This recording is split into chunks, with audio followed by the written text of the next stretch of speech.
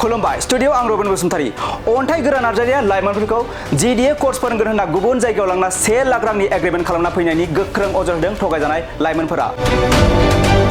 थगायजानाय लाइमोनफोरा खौरांनि गेजेरजों फोरमायनाय बायदिब्ला सासे सुबुङा गावनि फारसे लांनो थाखाय जेरै गोदै फुस्लायना लाङो बेबायदिनो अन्थाइ गोरा नार्जारियाबो गोदै फुस्लायनानै गावनि इसिं नार्सिं इनस्टिट्यूटआव 6 दाननि कोचिंनि थाखाय जयेन खालामनो होननानै अन्थाइ गोराया सावरायदोंमोन बेनिखायनो जोंबो मोजां बाथ्रा बुंनायाव फोथायनानै थांदोंमोन होनना बुंदों लाइमोनफोरा फोरमायबावनाय बायदिब्ला 6 दान कोचिंनि जायगायाव जोंखौ 4 दानल' कोचिं लानानै आनजाद खुङालासिनो गुवाहाटीयाव लाना थांदों आरो जेब्ला होम केयार बिगोमा एबा एजेन्टजों सावरायनायाव बै एजेन्टआ बुंदोंमोन दि अन्थाइ गोराया होम केयार बिगोमानिफ्राय 1 लाख रां जानानै दं बेनिखायनो जोंखौ माबोरै हगारनो होनना फोरमायदों थगायजानाय लाइमोनफोरा फोरमायबावनाय बायदिब्ला नोंसोर न'आव थांनो गोसोब्ला फैसा होनानै थां होननानै गोख्रों अजद होदों थगायजानाय लाइमोनफोरा बेराफारसेथिं अन्थाइ गोरानि राव जेरै इसिं नार्सिं इनस्टिट्यूटआव कोचिं लाफैनानै 43 गथ'फोरा इन्टारभिउआव जिरायदोंमोन बेनि गेजेराव 34 गथ'फोरखौ सायख'नाय जादोंमोन बै सायख'जानाय गथ'फोरनि बिमा बिफाखौ लेंहरनानै जों क्लेरिफिकेसन खालामखादोंमोन जे जीडीएआव मोनथाम खामानिफोर दं जेरै हाउसकीपिं पेशेन्ट केयार आरो पेशेन्ट ट्रान्सफरमेशन बे मोनथाम खामानिखौ हाउसकीपिं डिपार्टमेन्टआनो लिड खालामो एबा नायजोबनाय जायो होनना आंजों लोगोसे इन्टारभिउ लाग्रा सुबुङाबो रोखा फोरमायखादोंमोन बेनि उनाव फरायसा आरो गार्जेनफोरा थांनो राजि जानायखायसो आं लानानै थांदोंमोन होनना बाथ्रा बुंथिदों अन्थाइ गोरा नार्जारिया नाथाय बे जाथायनि आन्दोआव मा हाबना दंमारो एबा गुबै जाथाया मा जाथायनि सायाव गुबैयै थार बिजिरब्लासो मिथिसिगोन जे बे जाथायनि सैथोथिया मा आरो नंखाया मा कोर्स लानाया माने बेफोरबायदि इलिगेल जाखो होननानै जोङो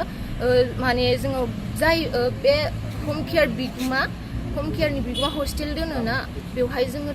माने ज' दावराव खालामलायबाय आरो माने रायज्लायलायबाय खिन्थु रायज्लायनायाव माने मोजां रायज्लायाखै ओरैबायदि बुंदों आरोना नोंसिनि अन्थाइ गोरा सारा आंनिफ्राय 1 लाख थाखा लांबाय आं नोंसोरखौ मारै हगारनो बेफोरबायदि खोथा बुंबाय आरोना जाय माबा एजेन्ट होम केयार बिगोमाया बिदि होनबाय बेनिफ्राय माने जुदि नोंसोरो न'आव थांनो गोसोबा फैसा होनानै थां नङाब्ला आं हगारा बेफोरबायदि खोथा बुंबाय आरो बुहुत माने हस्टेलावनो हाबफैजोबनानै माने ओरैबायदि दावराव खालामदों आरोना बिसोरो फाननाय बायदियानो जाहैबाय माने आंबो माने पेशेन्टनि बिगोमानियाव थांबायमोन आरो थांनानै दानि माने खुनुरुखुमसो माने बारग'नाय बिदि जादों आरो ओमफ्राय आरोबाव दाना नोंसोर जुदि कर्स लानानै आंबो फैदोंमोन आरोना बेवहाय बे इनस्टिट्यूटआवहायो मोनसे इउटुब भिडिअ होदोंमोन आरोना बे भिडिअखौ नुनानै माने आं सानबाय आरो भिडिअ होलायलायनाय माने फेकबो जानाय नङा दां बेफोरबायदि साननानै आङो बे इसिं हादोर नार्सिं इनस्टिट्यूटआवहाय आङो बे अन्थाइ गोरा नार्जारिनावहाय आङो कल खालामनानैहाय आङो कन्टेक्ट खालामबाय ओमफ्राय आङो रायलायबाय आरो रायलायनानै बिदि बुहुत माने गोदै माने बिजनेसावहाय जेरै माबा खालामो होनबा माने सासे मानसिखौहाय जेरैबायदि फुस्लायनानैहाय गावनियावहाय माबोरै लांनो हागोन बेफोरबायदि माबायोना बेफोरबायदि माने खोथा बुंनानैहाय दिनैहाय गावनि नार्सिं इनस्टिट्यूटआवहाय स्टुडेन्टसफोरखौ साबसे माने लाबोनो हागोन बा बेफोरबायदि खालामनानै माने बुजायनानैहाय बियो गावनि इनस्टिट्यूटआवहाय नार्सिंआवहाय जइन खालामनानै होबाय आरोना ओमफ्राय दाना स' जोंबो माने ट्रास्ट खालामबाय आरोना बिदि बुंबाय मोजां माने स' प्लेसमेन्ट 6 मान्थ कर्स होनदों 6 मान्थ कर्स होननानै जोंखौहायो 4 मान्थसल' क्लास लादों बेनिफ्राय 4 मान्थ क्लास लानानै एग्जामबो जायाखै जोंना डाइरेक्ट बियो गुवाहाटीयाव लांदो आरोना ओरै होनदो आरोना 4 मान्थ्स क्लासआ जोंना जोब्बाय दाना 4 मान्थ क्लास जोबखांनानै जाय मा होनो प्लेसमेन्टआव सोर थांगोन होननानै सोंबाय दिल्ली दङ जोंनिया गुवाहाटी दङ होनबाय दानिया जोङो चइस खालामबाय खाथिखौनो जोङो थांनोसै होननानै दानिया जों गुवाहाटीयाव थांबाय गुवाहाटीयाव थांनानै जोङो ओरैबायदि प्रब्लेम जाहैदों आरोना माने मा होनो पेशेन्टआव जायोबा पेशेन्टआव दोनहैयो आरोना पेशेन्टआव दोननाया माने बयसबो जाहैयो आरोना जों हिन्जाव मानसियाथ' जेनेबा बे बयस पेशेन्टखौहाय जों मारै होम केयारजों मारै माने केयार खालामगोन बेफोरबायदि आरोना ओमफ्राय माने आरो हस्टेलाव लांनानै ओरैबायदि जादों माने जोंखौहाय मानो बेफोरबायदि दोनफैखो जोंथ' कर्स लादों क्लास लानाया जोंना मानो बेफोरबायदि जाखो जेनेबा क्लास लानाय हिसाबै जों बेवहाय इनस्टिट्यूटआवथ' जोङो सेलेन होनो मोन्दों जेरै केनिउला ओमफ्राय दिनै नार्सिंआवहाय जे खामानि दंना बेखौहाय दिनैहाय बिसोरो माने फोरोंदों आरोना खिन्थु फोरोंनाय मथे खामानिया जोंना बेलेग जाहैदों ओमफ्राय दानिया बेलेग जाहैदों आरोना माने न'आव लांनाय हिसाबै दिनैहाय मा खालामदों जाय बिगुमा बिसोरजों एग्रिमेन्ट जोब आरोना जोंना गासिबो एग्रिमेन्ट जोब माने जों फैफिननोबो हाया सोरबा लायनोबाबो जोंखौ लाबोफिननो हाया बेफोरबायदि एग्रिमेन्ट खालामनानै गारबोजोबदों आरोना औ कर्स नङा औ ओमफ्राय दानिया कम्पानियावहायबो जोङो मोनसे हस्टेल बे जों जाय हस्टेलाव जोंखौ दोनहैदों ना बेवहायबो बयसफोर दंखायो आरोना बयसफोर दंखायोना ओमफ्राय दानिया बयस गार्लस ज' आरोना ओमफ्रायो बिदिनो बिनिफ्राय साफा माने बिसोरो न'आवहाय दोनहरो आरो न'आव दोनहरो ओमफ्राय बिनिफ्राय न'आव दोनहरनानै डाइरेक्ट एग्रिमेन्ट जोबखा आरोना बिनिफ्राय दानिया बिनि उनाव नेक्स्ट टाइमाव आरोबाव जोङो दावराव बायदि जादों जों फैफिनो रायलायजोब्बाय माने खामानिया मानो इलिगेल जाखो जोंथ' बेफोरबायदि कर्स लानाया मानो बेफोरबायदि इलिगेल जाखो होननानै जोङो माने जोङो जाय बे हम केयारनि बिगुमा हस्टेल दोनोना बेवहाय जोङो माने ज' दावराव खालामलायबाय आरो माने रायज्लायलायबाय खिन्थु रायज्लायनायाव माने मोजां रायज्लायाखै ओरैबायदि बुंदों आरोना नोंसिनि अन्थाइ गोरा सारा आंनिफ्राय 1 लाख थाखा लांबाय आं नोंसोरखौ मारै हगारनो बेफोरबायदि खोथा बुंबाय आरोना जाय माबा एजेन्ट हम केयार बिगुमाया बिदि होनबाय बेनिफ्राय माने जुदि नोंसोरो न'आव थांनो गोसोबा फैसा होनानै थां नङाब्ला आं हगारा बेफोरबायदि खोथा बुंबाय आरो बुहुत माने हस्टेलावनो हाबफैजोबनानै माने ओरैबायदि दावराव खालामदों आरोना बिसोरो फाननाय बायदियानो जाहैबाय माने आंबो माने पेसेन्टनि बिगुमानियाव थांबायमोन आरो थांनानै दानिया माने खुनुरुखुमसो माने बारग'नाय बिदि जादों आरो ओमफ्राय आरोबाव दाना नेक्स्ट टाइम दिल्लीयावथ' मोनसे हम केयाराव लानानै थांबाय माखासे 3खौहाय आरोना ओमफ्राय आरोबाव नेक्स्टआवहाय हस्पिटालाव होनबाय दाना न'आवथ' फैबाय न'आव फैनानै मा खालामगोन मा मागोन जाबाय फरायनायाबो गैला फारसेथिं आं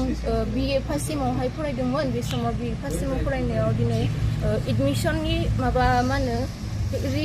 एग्जामनि थाखाय मोनसे फर्म फिलआप जादोंमोन बेखौनो माने बन्द' खालामलायदोंमोन आरोना नार्सिं जबा जासिगोन बेफोरबायदि साननानै दाना मा जाखो बेफोरबायदि ओरैबो जाया आरोबो जाया जाबाय नालाय दानिया मा खालामबावनो जानानै दाना हस्पिटालाव होनलायबाय हस्पिटालावहाय मोजां जानो हागौ नार्सिंनि जासिगोन खोमा खामानिया बिदि साननानै आंबो माने कन्टेक्ट खालामफिननानै दाना आवगायलांबाय आरोना ओमफ्राय दानि बिदिनो 15 बा 16 जन होननानै बुंदोंमोन आरो थांगोनाव दाना थाङै नेनानै सानैल' जाहैदों आरो सानैल' जाहैनानै दाना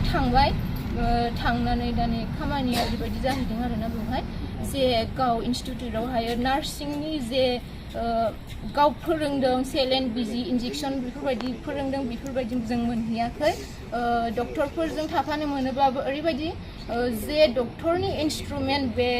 मेडिकेल इन्सट्रुमेन्ट बेफोरखौहाय सुनानै होनांगौ बेडफोरखौहाय खननानैहाय माबानांगौ आरो पेसेन्टफोरखौहाय मा होनो पेसेन्टफोरनि मना लाग्रासो आरोना माब्लाबानि समाव पेसेन्टफोरनि मना लानानै नोङो गसंनानै थाबाय थारोना एफा गिदिर मानसिफोर जेनेबा बिसोरनि सिगाङावहाय गसंनानै थाबाय आं सानबाय आरो आंथ' बेफोरबायदि माने फरायनाय मानसि आरो कर्सबो लाबाय बेफोरबायदिथ' कर्सआथ' बिदि फोरोङाखै जेनेबा सोरनिबा मना लानो होनाय बा माबा मोनसे दैनो होनाय बा डास्टिं खालामनो होनाय बिदि फुगारनाय बेडफोरखौ फुगारनो होयो बेफोरबायदिथ' फोरोङाखै जोंखौ आं बिदि सानबाय आरो मानो खामानिया बेफोरबायदि जाखो साननानै दानि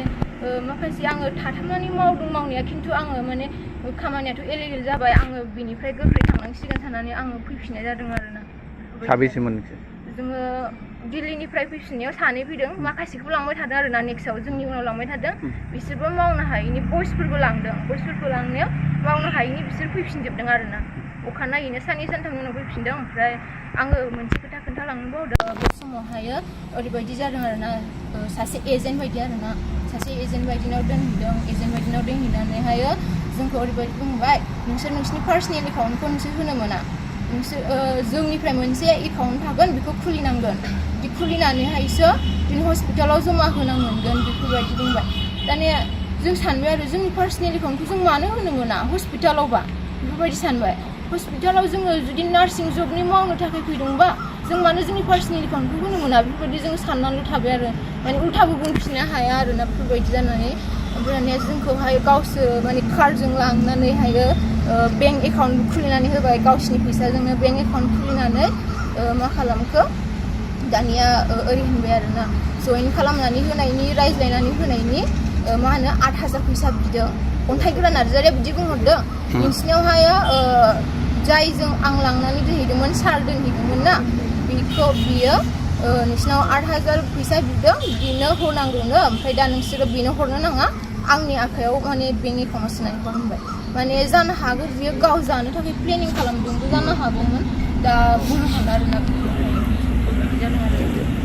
नेक्स्ट टाइमावथ' आङो खोनानो मोन्दों माखासे बेचफोर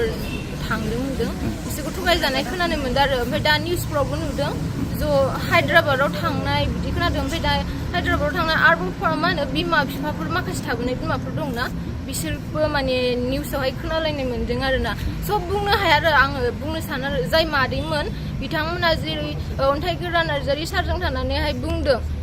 नोंथांमोनहा जानो हागौ सोरनिबा फान्दायनायावहायो दिनै नोंसोरो सोरनिबा खोथा लानानै बेफोरबायदि चइस खालामदों माने बुंदों जानो हागौ खिन्थु नोंसोरो खोथाखौ साना हसिया नोंसोर बिदि बुंनो नाङा आरोना मादैमोन स' सिङावबो मा जानाय नोंसोरथ' मिन्थियाखै थांनानै नुहैयाखै दिनै हायद्राबाद बायदियाव दिल्लीयाव थांनानै नोंसोर नुहैयाखै मादैमोन बेनिखायनो आङो रिकुवेस्ट खालामो आरोना खोथाखौ साना हसिया बिदि बुंनो नाङा आरो जायबा दा हायद्राबादाव आगैमोन दङ बिथांमोनहाबो एसे सानै हनै माव आरोना बिथांमोना दिनैहाय नार्सिं इनस्टिटिउटआवहाय फैबाय नार्सिं इनस्टिटिउटआव फैनानै बिथांमोनहा जुदि नार्सनि नोंसोरो सेलाइन इन्जेक्सननि लादोंबा दिनै हाउस किपिंनि खामानिखौ मानो मावहैनांगौ बेखौहाय आंनो फिननाय नांगौ आरोना जुदि हाउस किपिंनि खामानियाथ' फायखाना सुनाय टयलेट सुनाय बेफोरबायदि खामानि आरोना दिनै सासे बर' बिमाया गावनि फिसाखौ जुदि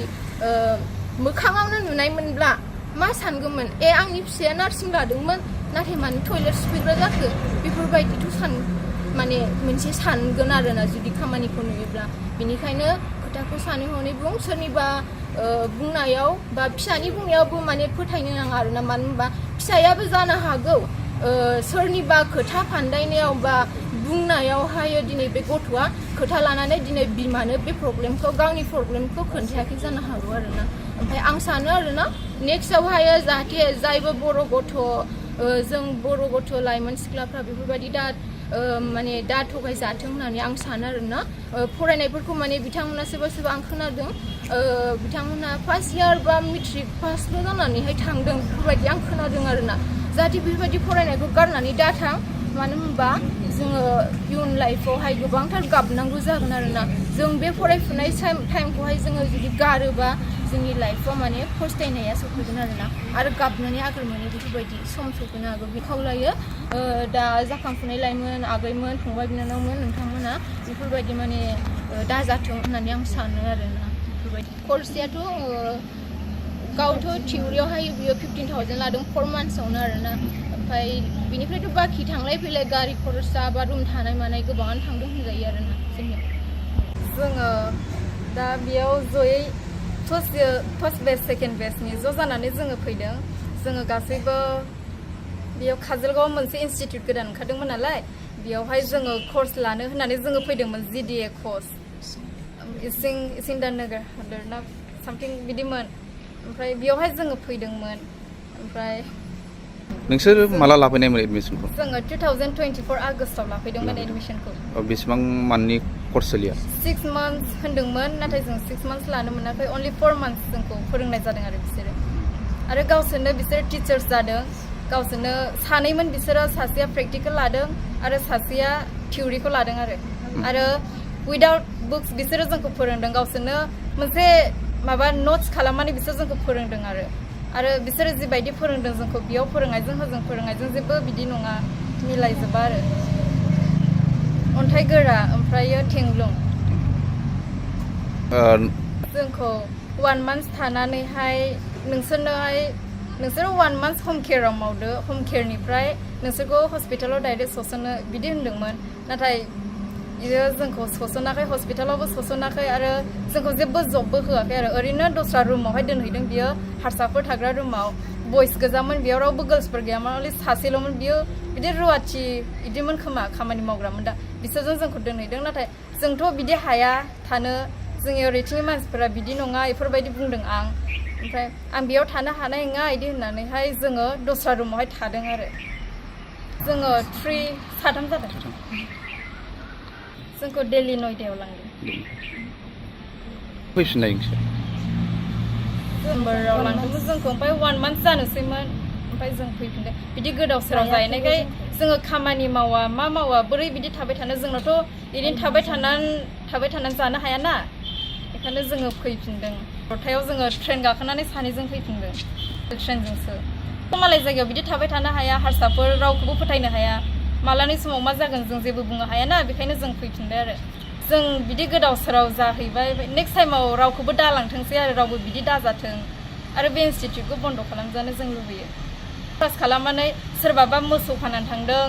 सोरबाबा हाजिरा खामला मावनानै सोरनिबा बिमा बिफाया हरदों बेफोरबायदि थगायनो नाङा आरो बिसोरनो गावसोरनो फोरोंगिरि जादों जों थगायजानाया गुवाहाटियाव 13 ओमफ्राय जों 4 गुवाहाटियाव 15 जन आरो जोब्बाय औ गासैबो न'आव फैजोब्बाय